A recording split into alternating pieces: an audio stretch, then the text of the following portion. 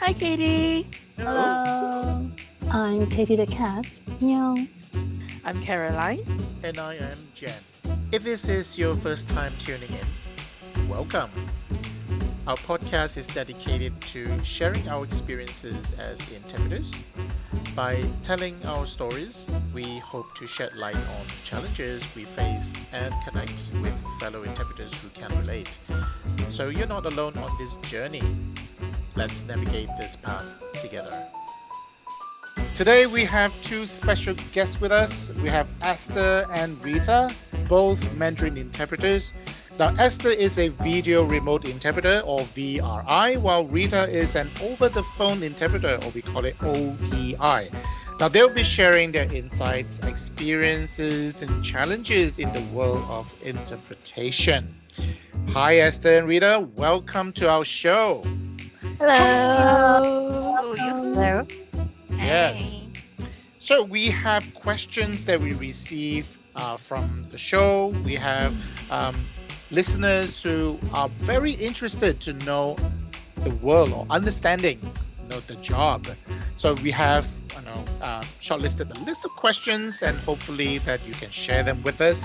So the first one being, what inspired you to become an interpreter? Esther? Yes.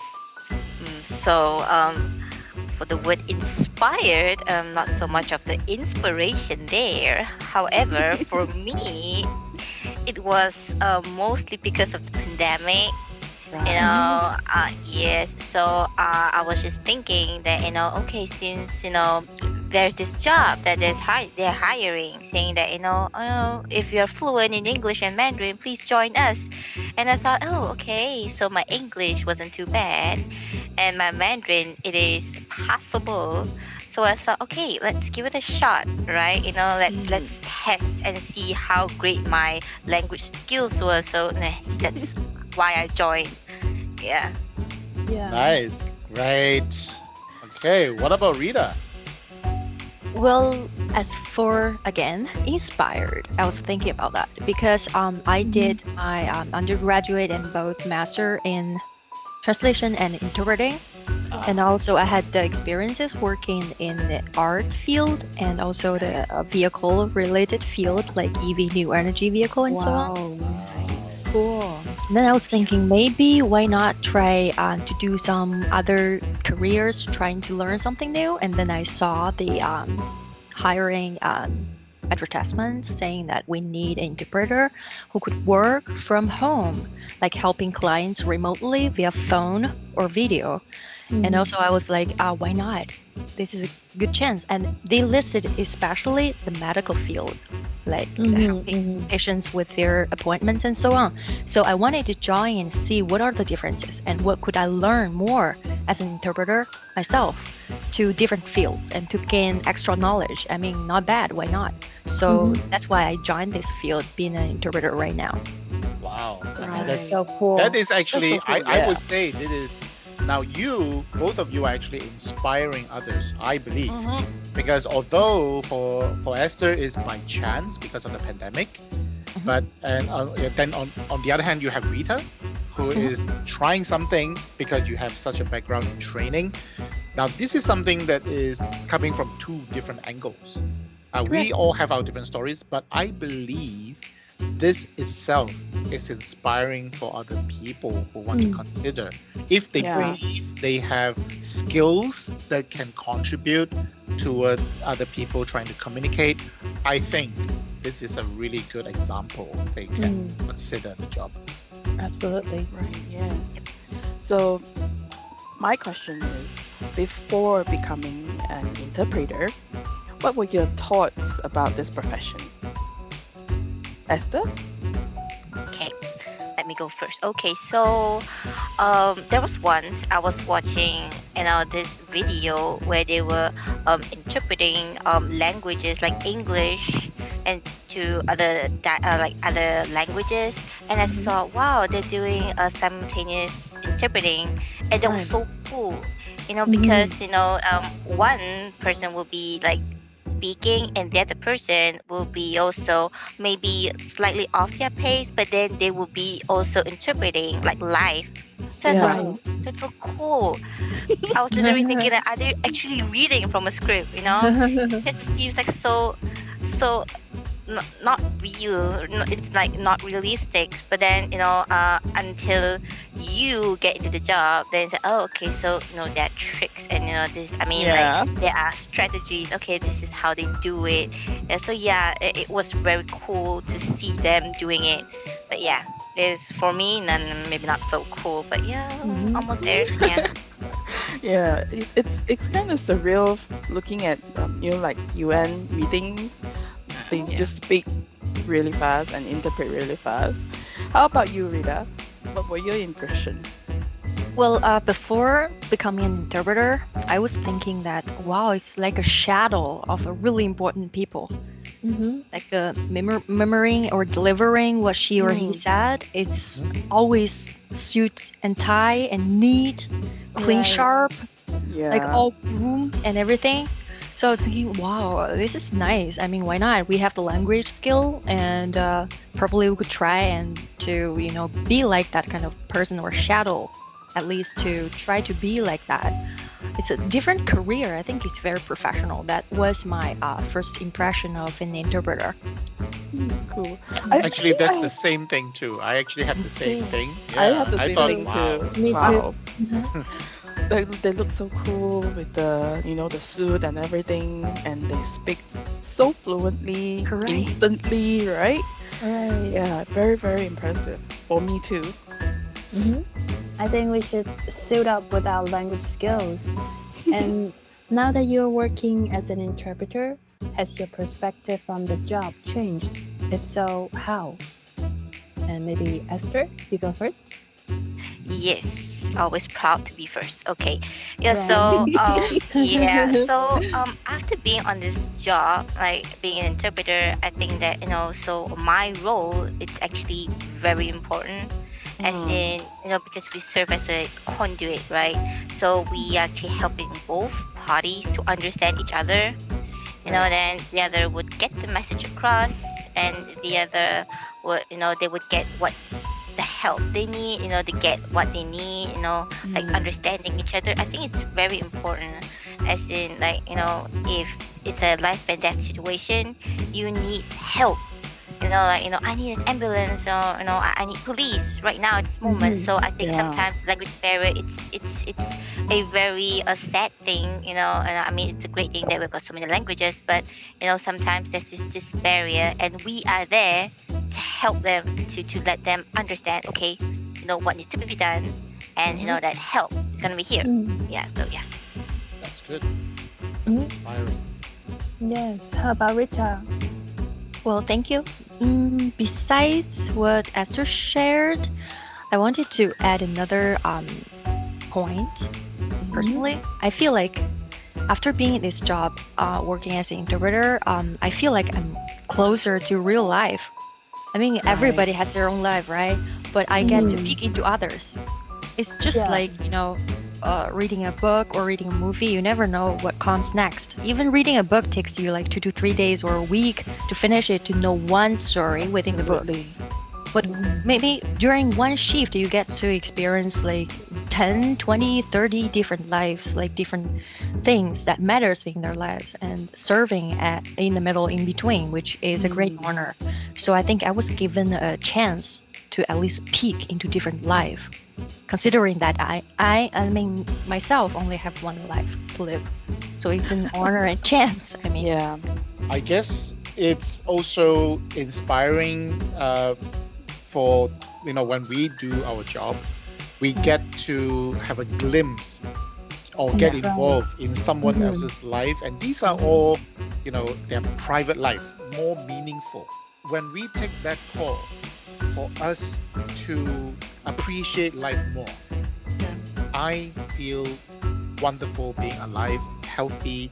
I'm seeing my friends, my family being healthy. Yes, I have lost friends to cancer, to illnesses. Even during the pandemic, I've lost several relatives because of the illness or because of the virus. I understand how they feel. That's why when I am expressing my pain through what the client wanted to say, I meant it. then Mhm. I am very sorry. And in fact, before I disconnect the call, I will add in 节哀顺变, my condolences. So you are right, Rita, that we face so many different calls. It's like reading a book or watching a movie, but this is live. Yeah, it's so much more different. Yeah, we get to have a glimpse, and I feel proud and privileged to be able to be witnessing that too. So Mhm. thank you. Thank you. Okay, let's take a break. We'll be right back in a moment. A few moments later. Welcome back. I had a nice cup of silky coconut latte. How about you? Let's continue our show. Okay, so what is the biggest challenge you face, not just as a Mandarin interpreter, but how do you overcome it? Like, do you have any personal strategies like reading or listening to music if you face with a really challenging call? Esther? Oh yes. So example, like if let's say if we get a call which is very emotional, and I would say calls that are at the hospice care, palliative care, they are usually emotionally draining. Yeah, so it drains your energies away, and you kind of get low mood after that calls like that. So for Right. me, usually I would actually need to pause or log out for a moment, and after the call, I will have to like log out, give herself some time to like cool off. And for me, my way of cooling off is gonna be like music. Yeah, I would put on my Right. headphones, like Mhm. blast it to the loudest, and you just, you just go. Yeah, it's Yeah. immaterial what kind of music you listen to. It's better if it's a band. Yeah, like the drums and the bass, and yeah, Oh, you yes. just live in your little world, man. Give no shit. Just live in your world. Yeah, that's me. Nice. Yeah. Cool. Right. What about Rita? Well, as for the biggest challenge that I face as a Mandarin interpreter was, or is still, or will be, being blamed. I think all of you may had experiences like that. Yes. Oh, That's boy. crazy, like being blamed by LEP or client. I think that was very, even though considering that you did nothing wrong during the interpretation process, and no one was or is and will be after your ass and asking, why did you do this? Why did you do that? And Yeah. considering that maybe client will report you after the call. But it's just personally being blamed and knocked down and punished, or it's like over the phone. You can feel it immediately, like like blaming, sound, Yeah, the size. tone. Yeah, Yes. it's very clearly. So after that, I feel like not as serious as being depressed because I have Oh. short-term memory, but it's more like a low mood. Yeah. Very low in the blues and just wanted to like let it out. But I personally, I don't want to be too talkative, and I don't have a habit of sharing any of the details of life to anyone else. So Yeah. usually I would just like get into social media or like WhatsApp or any other app, talk to my friend with any of the daily matters. Like That even this helps. small thing like saying hi, how are you? Haven't been talking to you for so long, just to distract you from being in that kind of low moment or distractions. And gladly, I have a really short-term memory, so maybe after a few hours or one day, it's all just being forgotten. So that's a good Yeah. thing for me. So I think It's that's a one of the bliss. way. Yeah, we could do that. That's good. But other than speaking to your friend, I mean, do you speak to colleagues or teammates? Definitely. Yeah. Definitely. Being in this group or in this role bring me a chance to know another big group of interpreters who are excellent in their jobs, and also we somehow share similar personalities, like funny and Just like that. Isn't it? yeah. Exactly. I feel glad entering into this new world and knowing these kind of same group of people who I can talk to. I think that's really nice. Yeah, because it's important that we talk to people who can relate Yes. or at least can understand, or being in the same job at least. yeah, then they can definitely relate because everything we say has to be remain confidential. Yeah. So speaking to a friend, I'm not saying it's bad, it's definitely good. Mhm. But there's only so much you can share, and they may or may not understand or relate to it because they're not in the job or on the Yeah. job. So if you're speaking to people who share the same passion or they share the same challenges, or even if it's the same teammates or group, Mhm. then it's healthy to be able to share. You Yeah. don't have to say much. You just Yeah. express what happened and everybody will know because we all have the same Yeah, challenges. exactly. Yeah. And the other way, like what Esther was saying, that listening to music. Now I have the same thing too. I do that. I will listen to music and not necessarily something uplifting like a happy song, a love song. In fact, it is kind of negative. Some of these songs are quite negative. Yeah. And some of my friends even say, "Oh, you sure you want to do that? Because you are already, Yeah. emotionally drained. You are Mhm. kind of depressed or down. Mm. If you were to listen to depressing music or sad songs, wouldn't that actually make it worse?" I would say no, because Mhm. if you are trying to listen to different music or watch a funny movie, comedy, you are trying to oppress the feeling, Yeah. Oh. suppressing it, Mhm. and you are just putting a lid on top. One day that is going to explode. Mhm. So Mhm. instead of trying to hold it in, I listen to you know uh, music that is actually more on a sadder side, whether it's a heartbreak song, whether it is something about life and death. Yeah, something that I can relate to, and letting all the emotions or the negative emotions get out of my system. Yeah, so Mhm. at least, as Chinese say, 发泄. Yeah, Mm. Uh-huh. 发泄. So after that Yeah. happened, I feel much more relaxed because unfortunately I don't have your ability to have short-term memory, and that is why I Yeah, always have the calls back in my mind, It and lingers. Yeah. yeah, it haunting lingers. you like Yeah, that. exactly. So it's either I listen to music or sometimes I will write about it. I will share it in my blog. Mm. But of course, I do not share anything that is confidential. It's just how I feel during that situation, Mhm. how that call is affected me. So I think it's very important for us to have a supporting system. Mhm. Yeah. True. Whatever works for you, whether you are speaking to someone, speaking to a group, or listening to music, or doing anything, dancing, or whatever, anything that works for you, it's a very important support system. It's really nice. Definitely. Yes. Yes. And also, yeah, for me, I will just go on Netflix, switch on soapy K drama, watch it, Oh, have okay. a good cry, and my Uh-huh. husband will be wondering why am I crying so overwhelmingly. Uh-huh. And yeah, I mean, sometimes I do talk to my husband about calls. I mean, not the confidential part, but what was going through the call. Mhm. And he knows me, and he'll go, "Did you do this? Did you do that? Did you do?" And I'm like, you know what? Shut up. Just listen. I just need somebody to let out, right? Mhm. Mhm. Yeah. Eventually, he got it.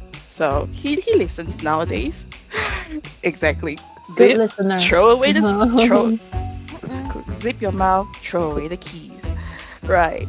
So I think this question is for our listeners out there. They also think that they have this, they want to know, or probably you can share what is the most challenging call you have so far. Esther?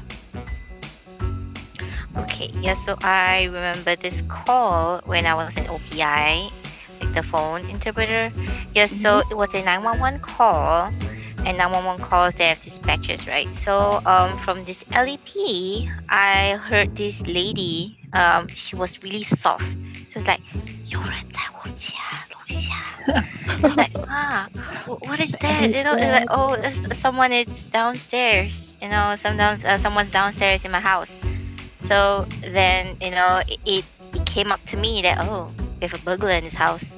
So yeah, so the dispatcher was asking questions like, "Oh, do you know this person? Or what's he's wearing? What is he wearing? How tall is he? What color like clothes he's wearing? And then the lady say, "Oh, 看不见, because it's dark, right? It's night. Right. It's like 看不见, 不知道." Then during the call, I was like, should I whisper too? Because I'm afraid that if I'm gonna like just go with my octave, the person might hear or something. So I had to like decide. Okay, so I went with a softer tone. Yeah, but Right. clear, because in those situations you do not want repetitions. You have to try to avoid Yeah. repetitions, and because Alright. she was whispering, it was really hard to hear her. But we have to fight for time, right? Time's the essence there. So then eventually, with all the questions asking and the answering, say I don't know, it's too dark. Then suddenly I hear a guy voice from the Right. background saying that 人走了，不要来了，问那么多问题，我打电话给你们，就叫你们过来嘛，你们跑了，你们别 Oh 过 my 来了。 god. Then I was like, oh, then I had to like interpret it, interpret it, and then the dispatcher still had to ask, right? So would you still need the police officers to come by? 不要了，不要了，我现在要睡觉了啊！你们别过来，别打扰我啊！就这样啊，挂电话，挂电话。Then after the call, I would think to myself, right? Saying that, oh, was it something that I could Yeah. do? Was it something that I should have done better? But then it dawned to me like, no, I think I have done my best, right? So it's just a call that that was that. Nothing else I could do. I was doing my best. So yeah, challenging. Yeah. Challenging. Yeah. Indeed. Especially as long as we know we did our best, we followed the client's questions and instructions. That's Yep. the most we can do. We cannot just assume anything. Just like the dispatch, they cannot assume anything either. Mm-mm. I mean, that's why I would tell people why we are not able to do things more flexible. This is the reason. Because we don't know. We don't know you. We don't know what's going on. We are just as blind because everything is over the phone. The dispatch is also over the phone. So they have to get as much information as possible to the police officers who might need to know what they are facing. Is it dangerous? Are they armed? The condition. Because just because they are there to protect and serve doesn't mean that they have to throw their life away. And by the way, it might be a trick. It might be a call. It might be a prank call. Nobody knows. Who knows? Yeah. You know, but we don't. So we are doing just what we can. I mean, you're lucky that the dispatcher say, "Oh, you're unable to see. Can you turn on the light? Can you ask? Can you check and see if you know that person or not? Maybe they know. Maybe they're giving you a surprise visit." So the dispatch didn't do anything like that, right? The dispatch did not ask silly questions to waste your time. Yeah. They were asking relevant questions. Can you see the person? Can you try? Is it dark enough? Yeah. They did not say, "Oh, you can't see. Can you on the light? Can you ask that person?" So it's this one. Who are you? Yeah, Yeah. who are you? So I understand the frustration from the male who answered, don't Yeah. bother, the person's now gone, asking all these questions. You should have just sent help. So even if the dispatch sends help, the police will still need time to arrive. Yeah, and they still need to ask these questions so that they know what to expect when they are in front of your house. Maybe they are dangerous, maybe they are your kids trying to break in, or so many possibilities. So Absolutely. to all yes. the callers, to all the callers asking for assistance, yes, I am sure the dispatch and the police understand your urgency. But sometimes you have to understand we have protocols to follow. We have to be safe as well. We have to Yeah. make sure that everything goes accordingly. Otherwise, if something happens, who's going to be responsible? Right? So we just have to do our job as best as we can. What about Rita? Well, the topic share the most challenging call I've ever had. I actually just last week I had two difficult calls or Right. challenging calls, and one of them was about a physical therapist, a lady, Mm, went to a LEP's home, which right. was a couple, Mhm. and the thing is, the lady kept speaking for her husband, but her husband Okay. was actually the one will having all those exercises or practices with therapy practice. Mhm. See. Yeah, therapist.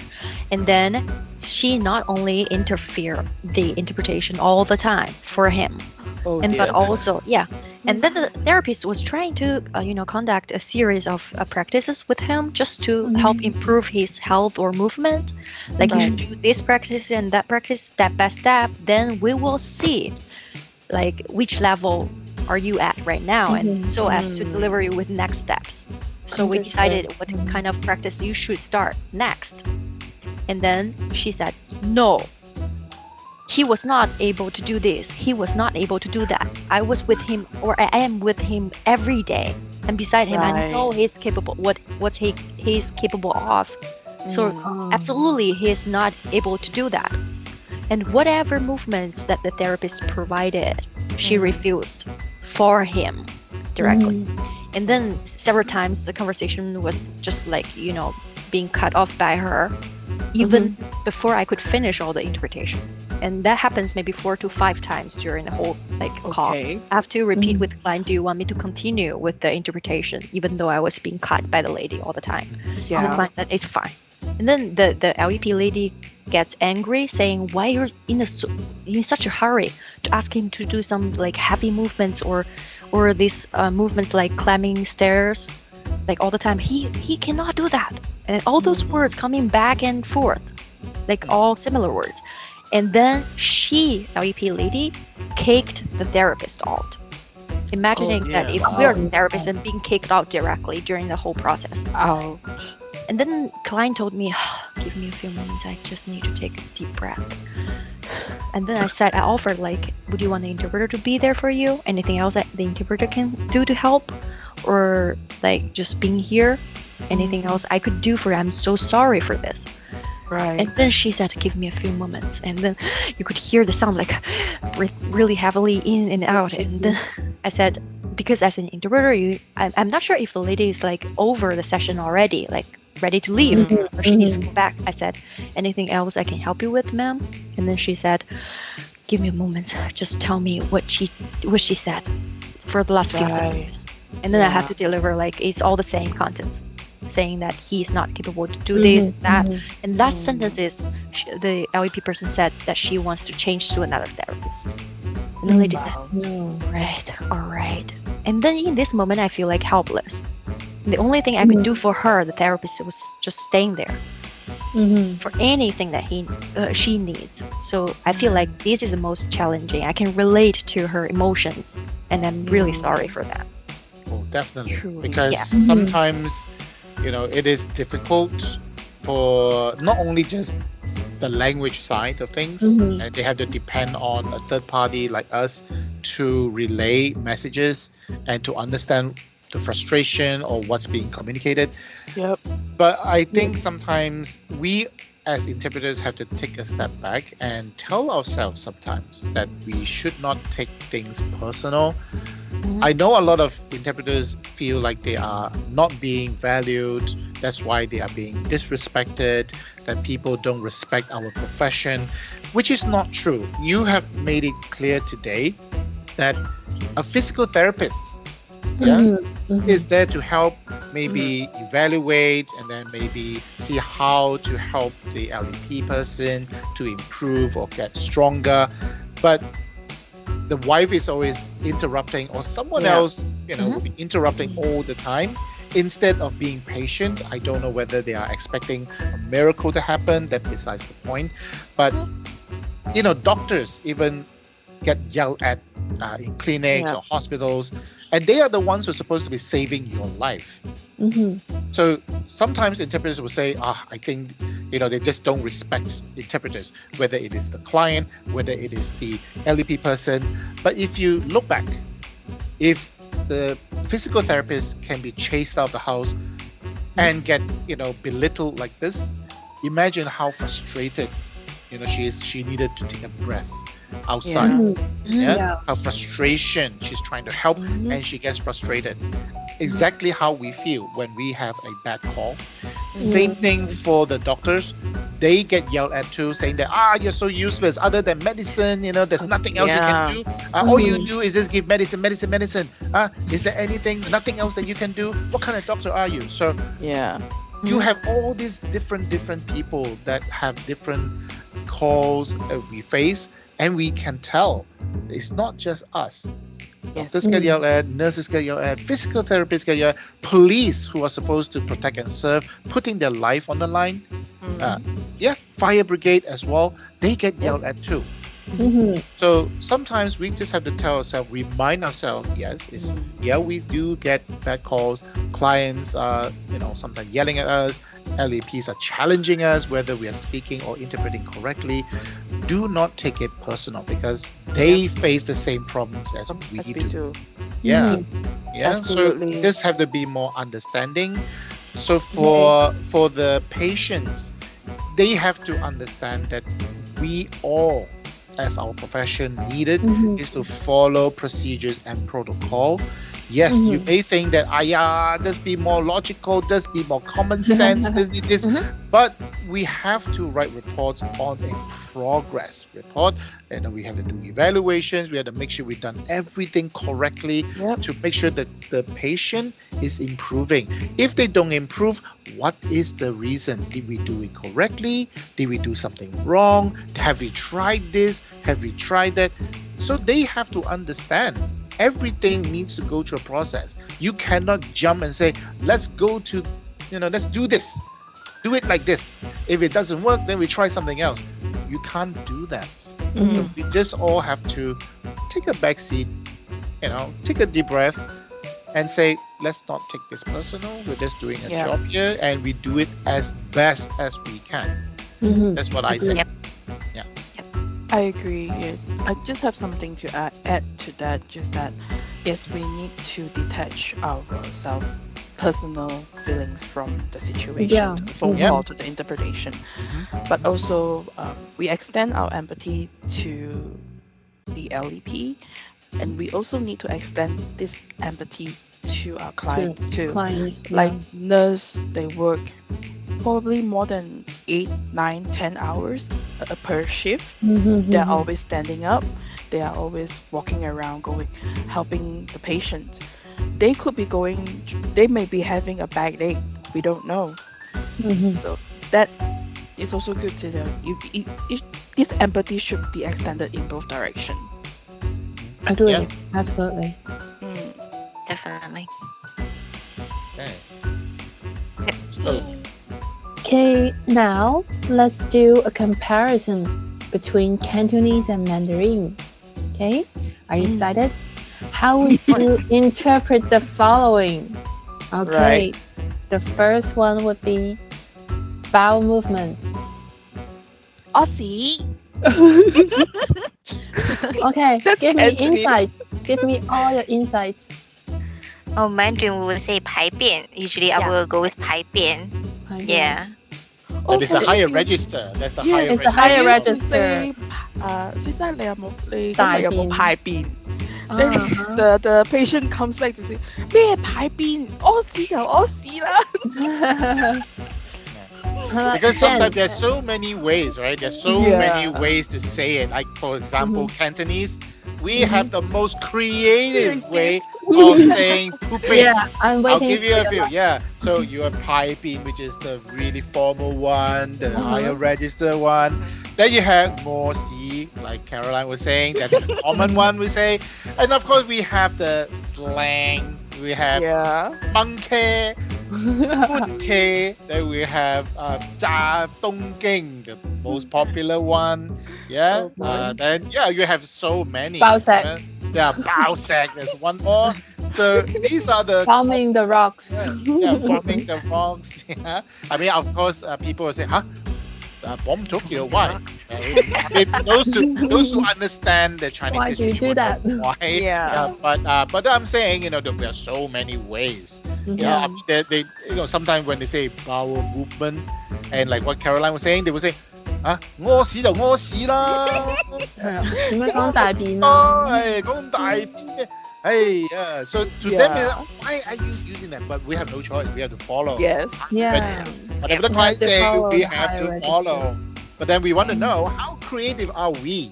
Like Cantonese, I just shared Cantonese. What about Mandarin? Other than 排便, Yeah. what other ways can you say it? Can't wait to hear it. 大便，拉屎， That's 拉屎 okay. 上大号，嗯 Right. Big number. 1号、2号，对不对？蹲 Yeah. 坑 Push it. squat， Push it. 便便。便便。便便便。便。啊 So usually if we have like pediatric Oh, 臭臭, that's pediatrical, kinda then we will say cute, 便便啊，臭臭，哦哎臭臭 yeah.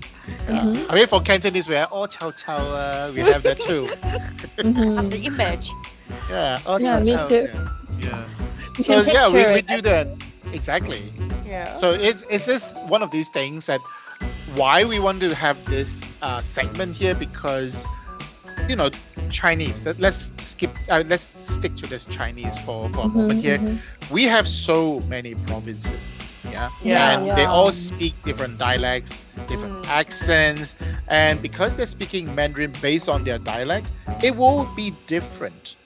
And just Chinese alone, you have the Taiwanese way of speaking Mandarin. Yeah. Then you have the Malaysian way of speaking, you have the Singaporean way of speaking. It is different because every society that you mix a language with, they will always have different languages mixed Yeah. together. I mean, like the Malaysian Mandarin, you have different ways to express, and it does mix a little bit of English and Malay as well. Yeah, so sometimes it is a bit difficult for us to explain. Like people will ask, I thought you said you speak Mandarin. Why is it different? Yeah, because we have different provinces, we Yeah. have different dialects, different accents trying to speak. Mhm. That is why a lot of people don't understand. When they call us, they say, "Do you speak Mandarin? Do you speak this? Do you speak that?" And when we start speaking that language, it is different. Then the Yeah. LAP will ask, "I don't really understand. I don't understand. What he's saying."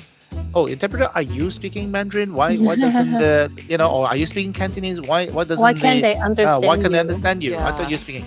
So they would start to question, is it your quality? Are you really an interpreter? Are you new? So they just need to Yeah. understand this part that, I mean, just languages alone, you have different provinces, different countries speaking the same thing. It's just different. Even say Malaysian speaking in Mandarin, it depends on which state you're living and where you're coming from. Even the Mandarin is different. Yeah, even you have this whole thing all over the world. So coming out from just Chinese, you have Japanese, you have different accents or dialects of Japanese. I'm not sure whether a lot of people are aware. You have the Tokyo one, Osaka, then you have Hokkaido, then you have even Kyoto. They have different ones as well. India being so huge as well, they will have different dialects, the same problems. Even say Spanish, you have Mexican, then you have say Spain, and then I'm sure the ones in America, the Mexicans speak differently from the Spanish. Yeah, so they have different accents. So it is the same thing. So they have to just understand that part. Not that we don't speak, it's just a little different. Even for the African Americans, when they speak English, it is also different from how the Caucasian will speak English. And American English, you compare it with Australian English, you compare it with British English, it is all different. Even the Asian English is different too. So that does it mean that we don't speak English? Of course we do, but we have our own version, as we say. Like the Americans, for example, very easy, very simple, example. In the UK, 車尾箱啊, okay, we call it car boot, but in the US they call it trunk. Yeah? So in the US, for the front part where the engine is, they call hood, but in the UK they call it bonnet. It's totally different. Yeah, bonnet. It's totally different. Right? Even grey is spelled differently. In the US, they call it physical therapy. In Australia, in Canada, and in the UK, they call it physiotherapy. Physio, yeah. Yeah, so it's different. So is it different? Are you not speaking English? So it's not. So the same thing that come with Mandarin and Cantonese. We even have to justify. Sometimes the LAP person, they get confused. Like they claim to be speaking Cantonese, but in fact they are speaking Toy Chinese. I actually have to explain myself that they are speaking Toy Chinese, I'm speaking Cantonese, but the LEP person is trying to argue, no, I'm speaking Cantonese. So I have to get approval from the client and explain to the LEP person. In future, if they needed a Toy Chinese interpreter, they can. But I am a Cantonese interpreter. They are somewhat similar, but it's still different. So I actually had to explain to the LEP person. I asked a very simple question: how do you say eat? Hat. So I said no. In Cantonese, I say sing. So what about pain? How do you say pain? Tiak. I say tong. That is Cantonese. Yours is Toy Chinese. So this is very simple. And I told the client that, you see, I just asked two simple questions. How do you say pain? How do you say eat? It is already different already. And I am speaking Cantonese because I am the Cantonese interpreter. And he or she is actually speaking Toy Chinese. So they get mixed up. Yeah, they get mixed up. So that is why it's always very important for people to try to understand that you are coming from a different country or a different province or state with a different dialect or accent. So when you speak Mandarin, obviously it will be different. So give it another example, like colonoscopy, for example. We will say 照大腸, 照大腸. Yeah, but of course the upper register one would be 大腸內窺鏡檢查. 大腸內窺鏡檢查. Right? So, but they would like to say 照大腸, which is true. It is direct, right? And then and some of them they don't understand. They've never done it before. 照大腸係個口入啊，定係有嘢塞落個屎忽嗰度咧？ So they ask things like this. From the bottom or from the mouth. From the bottom. Yeah, so we have to interpret. Oh, is that from the mouth in or something from the bottom? This one goes something into your bottom. We will go to your rectum and see whether there's any polyps and things like that. 係啊，咁啊由你嘅嗰個直腸嗰度入嘅。直腸，你係講屎忽啊？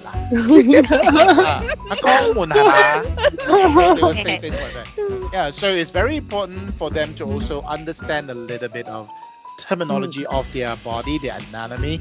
They have to understand how we say things. Like they like to say 屎忽, but 屎忽 is not actually the anus. It's just the bum. The bum. Yeah. The one that So how do you say? How other ways that can you say colonoscopy in Mandarin? I'm curious. 大肠镜检查 or 结肠镜检查. 大结肠肠镜 结肠镜. Okay. So How do LEP put it? Yeah. How would the LDP usually say it? 肠镜对，肠镜 you usually say 肠镜 腸鏡。就是从下面， Okay. 就是从下面的那一个。下面从上 I can imagine I can imagine, yeah. 是不是那个塞屎窟窿那個生氣？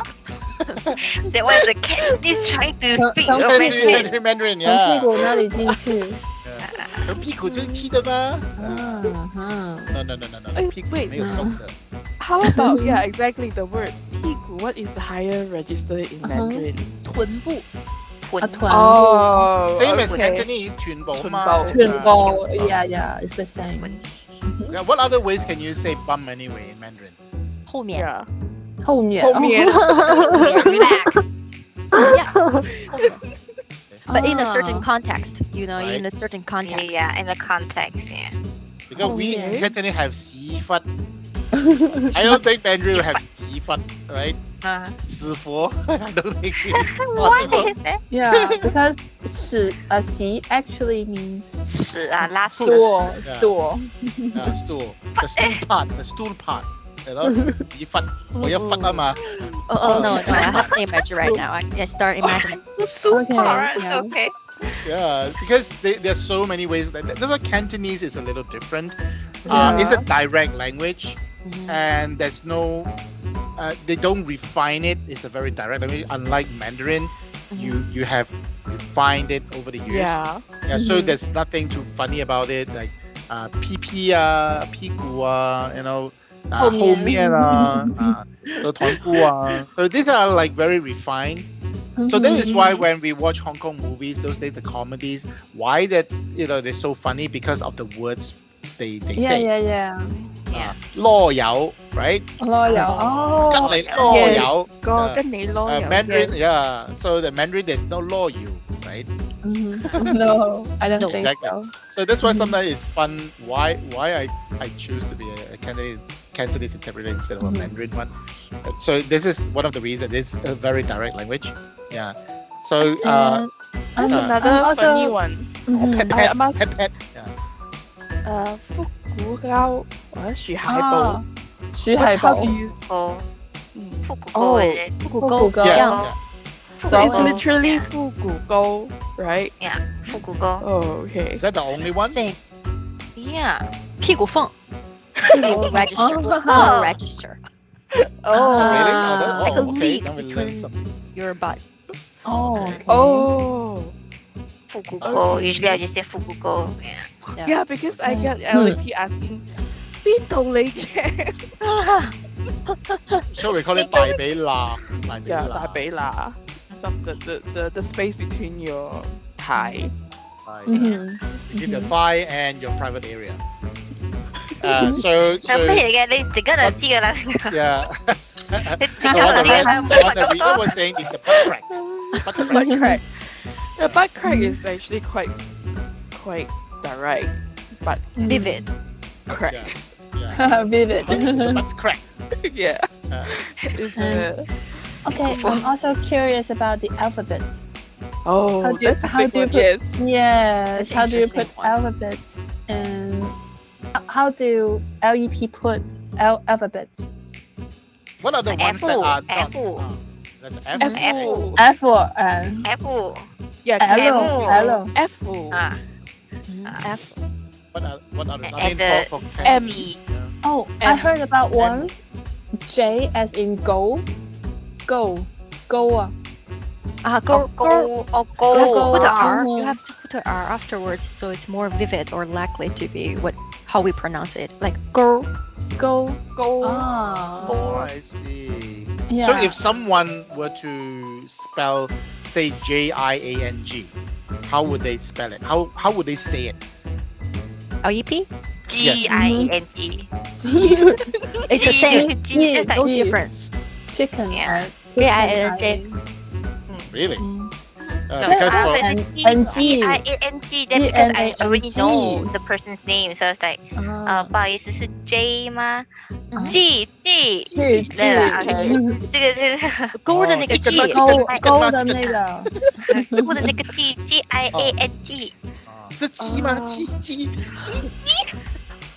And Because how about it's funny, right? I mean, for Cantonese, we Yeah. we have like several things, and when we ask for their name, they will always like to spell it out. I don't know Yeah. whether they do that in Mandarin. So it is really funny. Sometimes they say, for example, Z X Y Z. They will say Z. Z. is that Z. Yeah. So X Y Z, right? Z. Mm. So they will say so Z. so when you say Z, how do they do?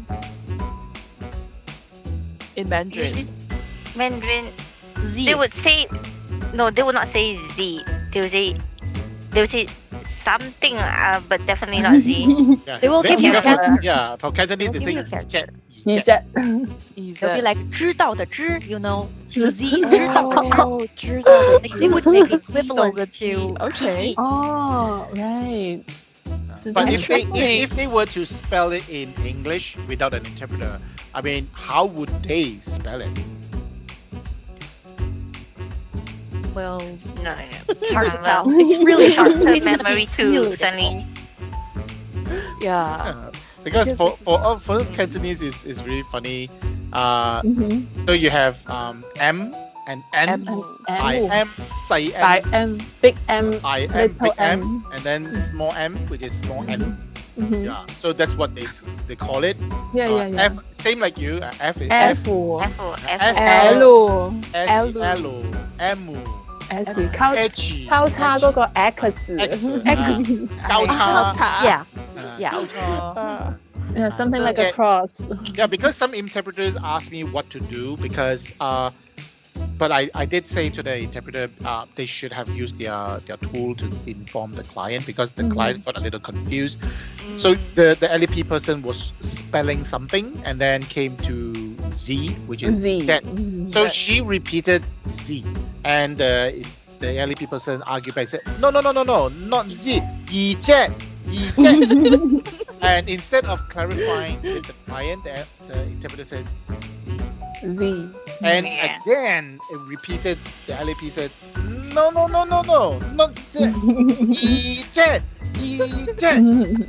So the client is getting confused and asking, Yeah. and the interpreter was, no, just Z.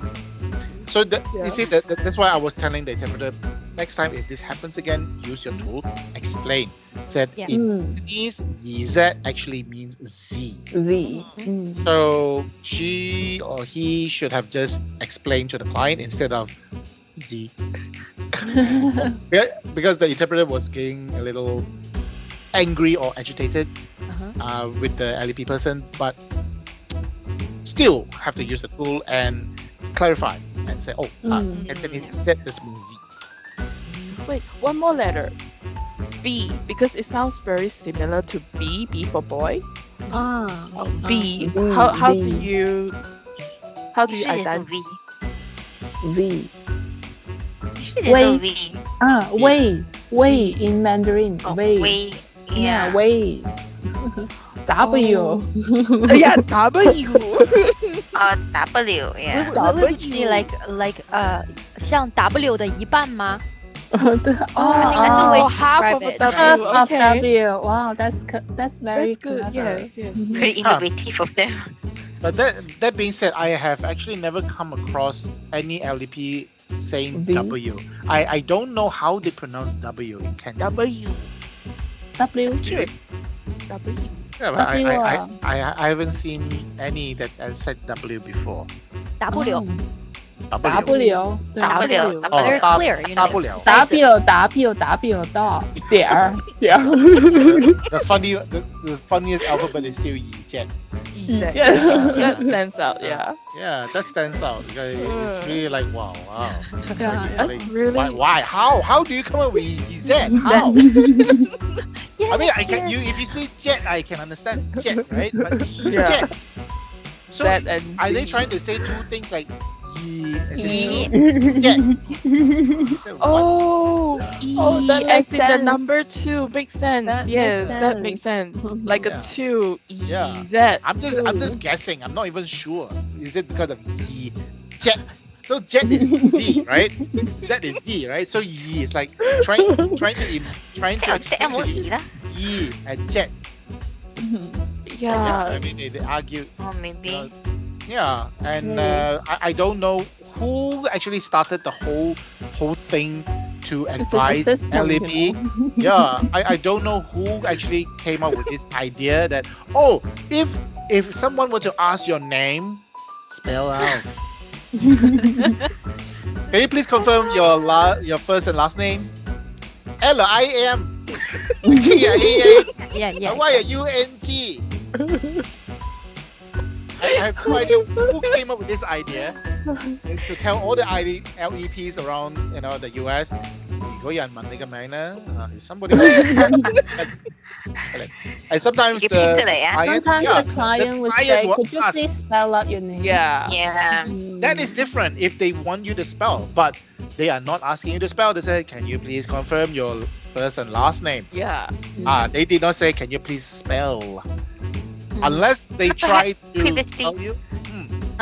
Perhaps previously, like maybe this patient has gotten some other like like medical assistants that ask them to spell their name. Then they thought, Mhm. oh okay. So next I time I'll will just Yeah, spell my next tell name. time them they will every spell And it then time. out. maybe next No. time they just spell their name. Yeah. Mhm. Yeah, but it's very funny. I mean, it's like asking them to say their Mandarin name instead of reading out the name. They're asking for the stroke. Yeah. 你可以 啊 你可以唱你的名吗？可唔可以 call 你嘅名啊？一橫一豎一畫一直。You get what I mean? It's the same thing, right? They're trying to write it out to you. Yeah. It's Yeah. a bit, did you hear what the patient said? Yes. Yes. The patient was trying to spell the name. Oh. 一橫一豎 T. 还有华西 T。 Oh, that's a good way saying T. Yeah, Mm, because D, yeah. T, B, V, Yeah, they yeah, all yeah, sound that- alike. Yeah. Yeah. Especially when Good there's one, some good one. audio Yeah. problem. Yeah. That's a good one. Not just Yeah, yeah. audio is not just OPI. I mean VRI we have the same. VRI, challenge. yeah. Yeah. Sometimes when they cannot hear, we are screaming through the microphone. Yes, we do. And I can actually sometimes hear the echo so bad. I can hear my voice actually breaking because there's a certain pitch that your speakers can support. Yeah. And when you go above that frequency, it cracks. Correct. Yeah. Mhm. So when I'm speaking too loud, they say, "Oh, interpreter, you're too loud. The speaker is breaking." When I lower down, they say, "Interpreter, you're not They loud cannot enough." hear you. Yeah, can't hear You're you. too soft. So I did ask. So because I can't adjust my volume, it's already the loudest. So which tone do you want me to do? What? So I just remembered. I can actually type. Would you like me to type messages out? Right. Oh, you can do that? Yes. So when we asked the LEP, would you want me to type out the messages? And the LEP say, 方案我 type 看不见啊！ type 不见啊。没有戴眼镜。 Yeah. Oh, okay. I'm so sorry. The patient has blurry Has vision. vision. Yeah. Cannot see. I'm bright. I'm bright. I almost see. Man. So if an LP is deaf, blind, I don't know what we're gonna do then. Yeah. Yeah. Let's do our I best. think because Yeah. they're blind, they can't Let's hear do our because best. they're deaf. Yeah. So maybe we have to hold their hand and write out. Can you guess what I'm writing? One of those challenges that Yes. interpreters face. Yeah, we face that challenges a lot. Yeah, they cannot hear, they cannot see, and they spell their name. And sometimes the way they pronounce the alphabets are just different. I find that their names are very different to pronounce. Like what Yeah. is Zhou, Zhao? Xiao. Z Xiao. H A Xiao. O. So E Z He. H A O. Do you know, there's one time I had heard, can you please dial out? And the patient's name is He. And actually it's Kehe. Her. Yes. It's Ah, her. Kehe. Yeah. Oh, He. yeah, right. Because the last name He. He, Mhm. yeah. Yeah. So you It's said He. Mr. He. Yeah. He. We have a Mr. name, He. He.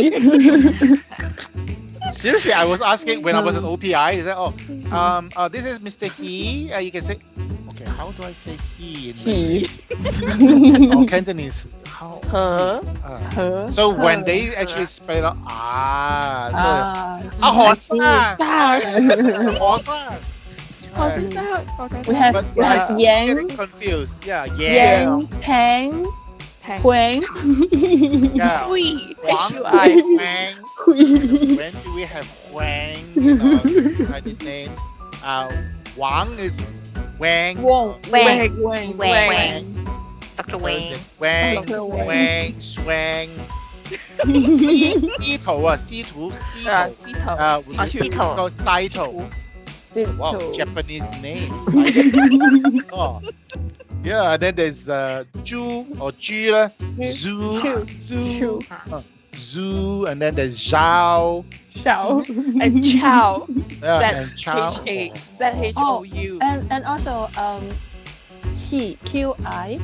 They Oh, pronounce Qi, Qi. yeah, the Qi. Qi. Key. Yeah. Yeah. Oh. And sometimes they give like let's say they give 妹妹 what's her name, right? they would be, oh, 我叫林亞珍. Then you say it back to like Lam Ah Chen. Okay. Which one is the last name? So can I address Miss Chen? Because Chen is the last word there, right? So, this is interpreter speaking. So no.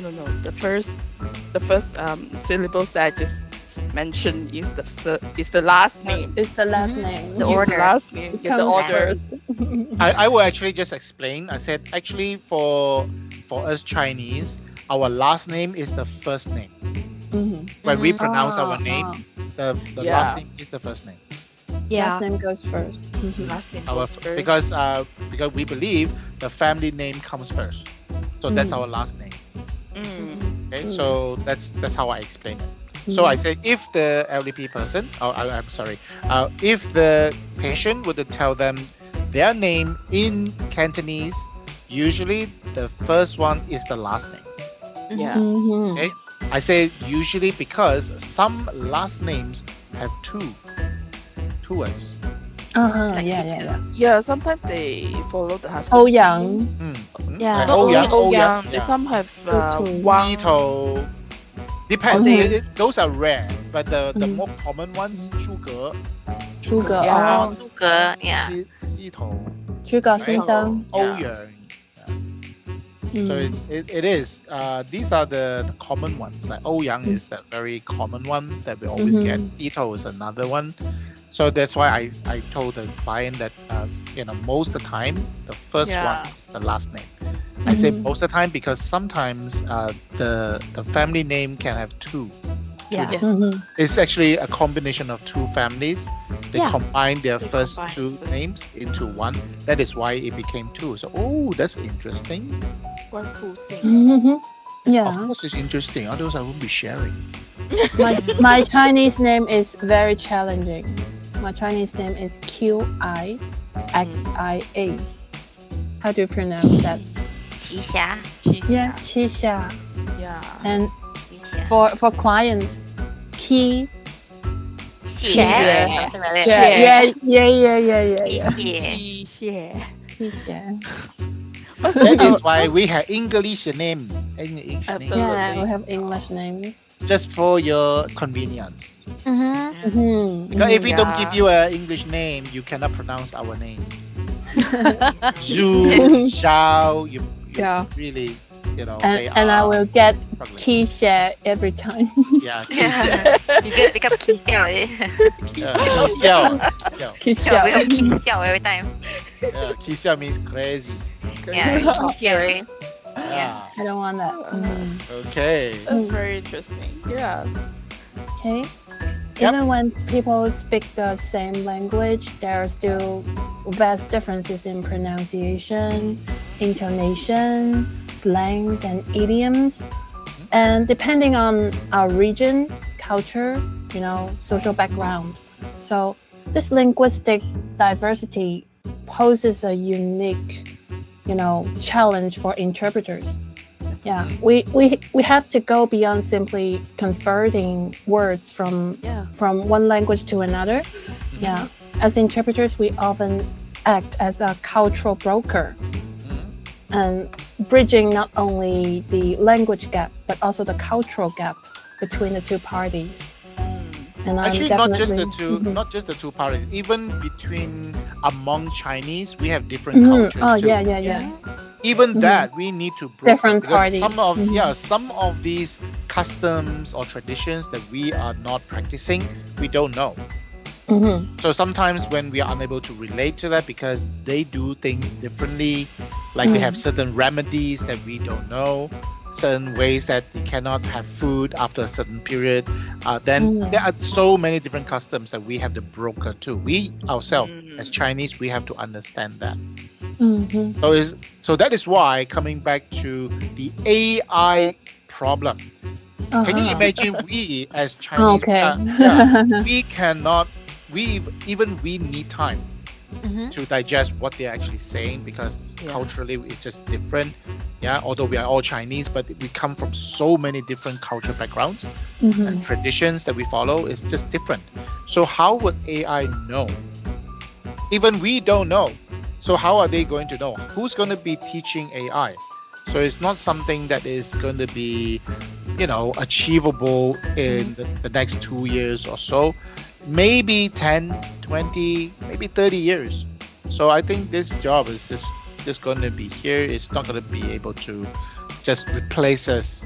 Just like what we were chatting earlier, about smartphones or tablets. It did not replace, paper. We're still using paper. Yeah. Cameras. People are still buying cameras. Watches. People are still wearing watches. Yeah, because the people now wearing watches are more convenient when they're using them. Yeah, it may not be the analog ones. So analog watches usually are for classy ones, expensive like Rolexes. So these are timepieces. The ones we're wearing now is beyond just a device to look at time. It also monitors our health and all that. So it evolves, but it does not replace entirely. Yeah. So Agree. you cannot just eliminate. So same thing like our service, they cannot just say, oh, okay, we have AI now, goodbye, I don't need to hire you. So there are people who are not willing to use AI because for fear of confidential information being leaked, and also because of the nuances, of course, the intonations, the cultural understanding, and of course, most importantly, empathy. I don't want, even for us, even today, we go online, we go to a website that there is all this AI chatbots, and we say, no, I want to speak to someone. I want to chat with an actual agent. I don't want to use a chatbot. Even we do that. Yeah, Correct. with all this AI, we could have just easily implemented and say, it's convenient. Any question I ask, they can solve it immediately. I have no problem using AI. If we cannot convince ourselves to use chatbot for customer service, not for medical. I don't think so. As a tool, yes. For us to use it as a tool, yes, but not as a replacement, no. Next episode, we'll have a new interpreter to join us to share their experience. I'm looking forward to it. Thank you so much for the participation. Yeah. Thank you for having us. We really enjoyed having both of you on the show. Thank We you had so a lot much. of fun together.